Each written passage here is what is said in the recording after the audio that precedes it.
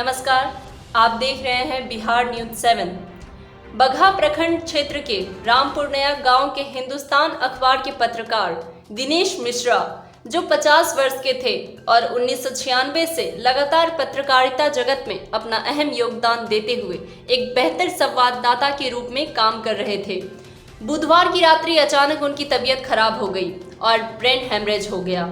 उन्हें इलाज के लिए परिजनों ने आनन फानन में एक निजी अस्पताल में भर्ती कराया, जहां चिकित्सकों ने जांच के बाद स्थिति को बिगड़ता देख उन्हें पटना रेफर कर दिया। इलाज के लिए पटना ले जाने के क्रम में ही उनका निधन हो गया। उनकी आकस्मिक निधन की खबर पूरे क्षेत्र समेत सभी पत्रकारों में शोक की लहर दौड़ गई।